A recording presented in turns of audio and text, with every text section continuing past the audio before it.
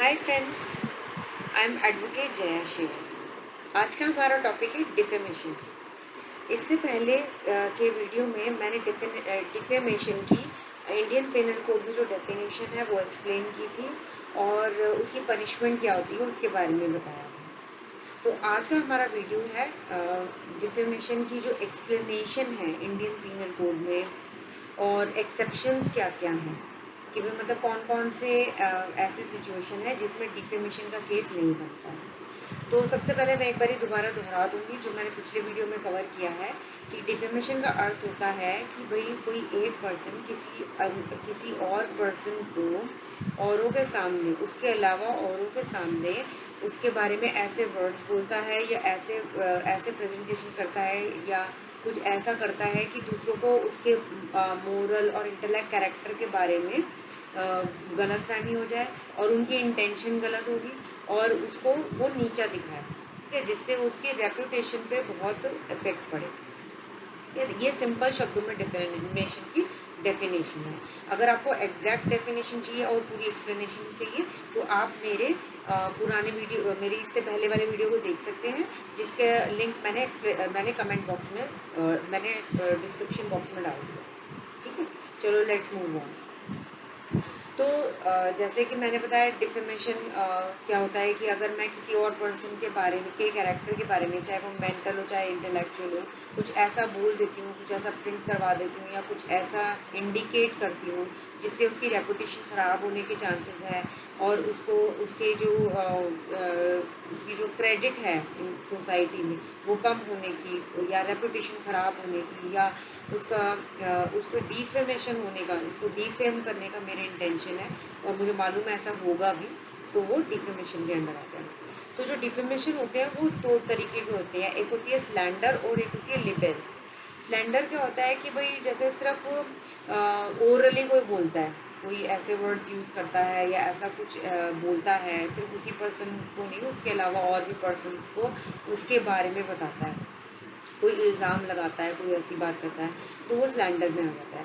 But जब यही चीज़, यही इल्ज़ाम वगैरह जो भी है वो रिटन फॉर्म ले लेते हैं तो वो लिबेल हो जाता है। ठीक है, तो वो परमानेंट फॉर्म हो गई, जैसे राइटिंग हो गई, प्रिंटेड हो गई, कोई पिक्चर हो गया, इंटरनेट पे हो गया, प्रिंट मीडिया में हो गया, तो ये लिबेल में आता है। ठीक है, तो एक और डिफेमेशन का फॉर्म है जिसका नाम है इनुएंडू, दैट इज आडंबरपूर्ण मानहानि। ये हिंदी में इसका मतलब है।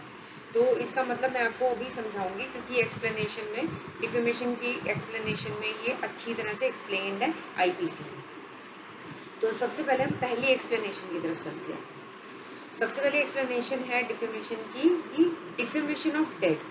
अगर आप किसी मृत व्यक्ति के बारे में कुछ ऐसा इल्ज़ाम लगाते हैं, कोई ऐसी बात करते हैं जिससे उसकी रेपुटेशन ख़राब होने के चांसेस हैं, वो औरों की नज़रों में उसको, उसका कैरेक्टर और वो उसका जो इंटेलेक्चुअल, उसका मोरल कैरेक्टर क्वेश्चन में आ जाएगा, और तो फिर वो ऐसा ही लिया जाएगा कि जैसे वो जब वो ज़िंदा होगा वैसा ही डिफेमेशन का केस बन सकता है, क्योंकि वो उसके जो रिलेटिव जो हैं या उसकी जो फैमिली है, इमीडिएट फैमिली है, तो it is just equivalent harmful to their reputation. तो उनकी रेपुटेशन को उस ही तरीके से हार्म होने के चांसेस हैं, मतलब कि हो सकता है या ऐसा हार्म होता भी है। सपोज कोई फॉर एन इंस्टेंस कि मेरा कोई रिलेटिव है, मेरे दादाजी हैं या मेरी दादी जी हैं जिनके बारे में कोई गलत बोल रहा है जो कि अब इस दुनिया में नहीं है, बट उनके लिए कोई भी डिफेमेटरी स्टेटमेंट्स या कोई भी ऐसी बातें यूज़ करता है तो वो इनडायरेक्टली मेरी डिफेमेशन है। सो जो डिफेमेशन का एक्शन इस केस में भी बनता है। इसमें सबसे बड़ी इम्पोर्टेंट बात यह है कि सामने वाले को पता होना चाहिए कि मैं उस पर्सन को डिफेम कर रहा हूँ और इंटेंशन गलत होनी चाहिए, मतलब मैलाफाइड इंटेंशन होनी ज़रूरी है। दूसरी एक्सप्लेनेशन है कि अगर किसी कंपनी को या कलेक्शन ऑफ अ पर्सन को, कोई ग्रुप ऑफ पीपल हैं या कोई कमेटी वगैरह है या कोई भी ऐसा ग्रुप, कलेक्शन ऑफ पर्सन्स के बारे में कोई ऐसी रेपुटेशन ख़राब करी जाती है या कोई ऐसा एक्ट किया जाता है, तो वो लोग भी डिफेमेशन का सूट उस इंडिविजुअल जिसने ये काम किया उसके अगेंस्ट फाइल कर सकते हैं।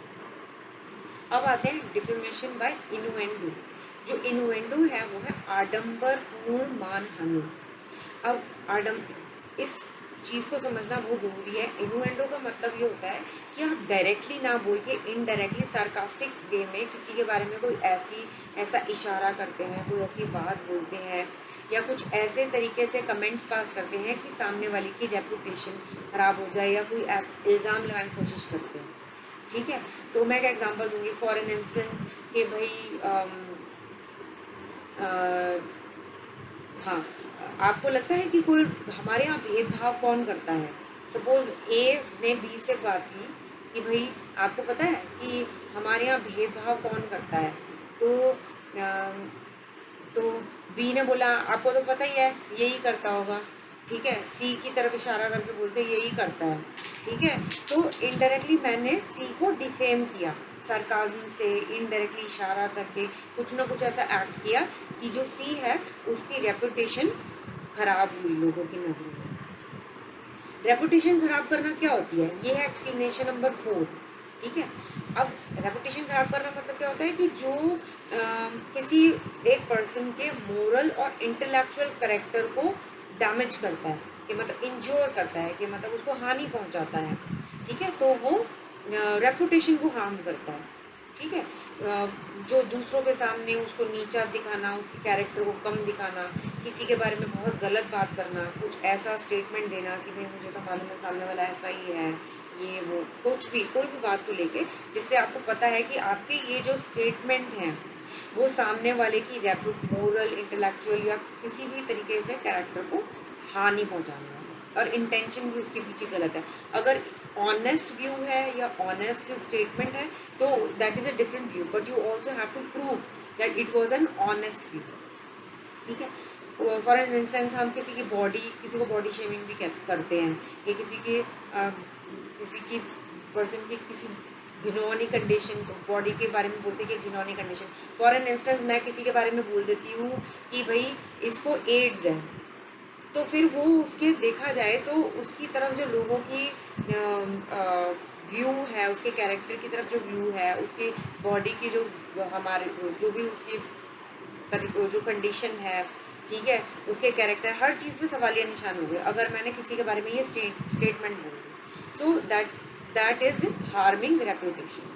तो आई होप आपको ये हार्मिंग रेपुटेशन वाली एक्सप्लेनेशन समझ में आई हो। तो अब जैसे कि हमने एक्सप्लेनेशन समझ ली कि भाई किसी डेड पर्सन के बारे में भी बोलो तो भी एक्शन ले सकते हैं। ठीक है, किसी कंपनी के बारे में भी बोला जाए तो भी एक्शन लिया जा सकता है। अगर कोई सार्कास्टिक तरीके से इनडायरेक्टली आपको ब्लेम कर रहा है या आपके बारे में कोई इल्ज़ाम लगा रहा है या आपके कैरेक्टर वगैरह को नीचा दिखाने की कोशिश करें तो भी एक्शन लिया जा सकता है। और क्या रेपुटेशन हार्म करना क्या होता है वो भी एक्सप्लेन किया गया। अब मैं चलती हूँ एक्सेप्शंस की तरफ कि क्या क्या एक्सेप्शंस हैं। सबसे पहले ट्रूथ फॉर पब्लिक गुड। अगर मैंने जनरल पब्लिक के गुड वेलफेयर के लिए गुड इंटेंशन से अगर कोई बात बोली है तो फिर वो डेफेमेशन नहीं होगी। सेकंड है fair criticism of public servants. For an instance if public servant is not doing their duty in a proper manner and I am stating that you are not doing your duty in a proper manner, or I am complaining about them, or I am making a statement, it will not count as a defamation, but condition ये है कि good faith होनी चाहिए कि भाई हमारी कोई intention उसको डिफेम करने की नहीं होनी चाहिए। दूसरा, जो हमारी ओपिनियन है वो फेयर और ऑनेस्ट होनी चाहिए। ठीक है, थर्ड एक्सेप्शन है fair comment on public conduct of public man other than public servants. तो पब्लिक सर्वेंट्स को छोड़ के कोई ऐसे लोग जो पब्लिक के लिए काम करते हैं उनके लिए कोई भी कमेंट जो कि फेयर हो, फेयर कमेंट, ऑनेस्ट होना चाहिए, फेयर कमेंट होना चाहिए, तो वो डिफेमेशन में काउंट नहीं होगा। Summary of principles governing right of press and media. तो जो प्रेस एंड मीडिया है उनको थोड़ी बहुत लीवे मिली हुई है but it's not exception for them. ठीक है, उनको भी जैसे फॉर एन इंस्टेंस कि भाई अगर आप कोई कुछ भी पब्लिश करते हो तो that should be for the welfare of public, it should be in a good faith and it should not be a defamation of anyone should not be published to any third person। ठीक है, और किसी का intention किसी के reputation को या character को लोअर करने का नहीं होना चाहिए, कोई इन्फॉर्मेशन सप्लाई करने की होनी चाहिए पब्लिक गुड के लिए, जो कि पब्लिक की बेटरमेंट के लिए या गुड जो इन्फॉर्मेशन पब्लिक वेलफेयर के लिए। नेक्स्ट एक्सेप्शन है, कोई कोर्ट ऑफ जस्टिस है, कोई भी कोर्ट के प्रोसीडिंग्स के बारे में अगर कोई इन्फॉर्म करता है तो वो डिफेमेशन में नहीं आएगा। कंडीशन इसके साथ ये है कि it should be true and apt. ये बहुत इंपॉर्टेंट है अगर आप किसी प्रोसीडिंग्स के बारे में इंफॉर्मेशन दे रहे हैं तो। अगर किसी केस को लेके आपके कमेंट्स हैं तो the good faith should be there, ठीक है। इसके अलावा अगर आपको कोई आप मतलब किसी ऑथर को लेके अगर आप क्रिटिसाइज़ कर रहे हैं, या फॉर एन इंस्टेंस अगर किसी ऑथर ने कोई बुक पब्लिकेशन में दी है और पब्लिश की है, तो अगर उसके बुक को लेके कोई भी कमेंट्स हैं या उनके पर्सनल व्यूज़ हैं, राइटर के जो राइटिंग्स को लेके या जनरली व्यू है, तो उनको डिफेमेशन में काउंट नहीं किया जाएगा। बट अगर कोई ये कहे कि मैं पर्सनली किसी को जानता हूँ, किसी राइटर को जानता हूँ और फलान somebody is like this and that is harming their reputation. So it depends from one case to another. Next exception है कि फॉर एन इंस्टेंस कोई अथॉरिटी में कोई बंदा है, फॉर एन इंस्टेंस मैं किसी का बॉस हूँ और मेरे जूनियर ने कोई बहुत बड़ी मिस्टेक कर दी है या कोई ऐसा काम किया है जिसके कारण मेरी कंपनी की रेपुटेशन ख़राब होने वाली है, या फिर अगर मैं इस इंसिडेंट के बारे में इंफॉर्मेशन नहीं दूंगा तो मेरे जो जूनियर्स हैं या जो उस पर्सन के कोलीग्स हैं या मेरी कंपनी है उनको हार्म पहुंचने के चांसेस हैं।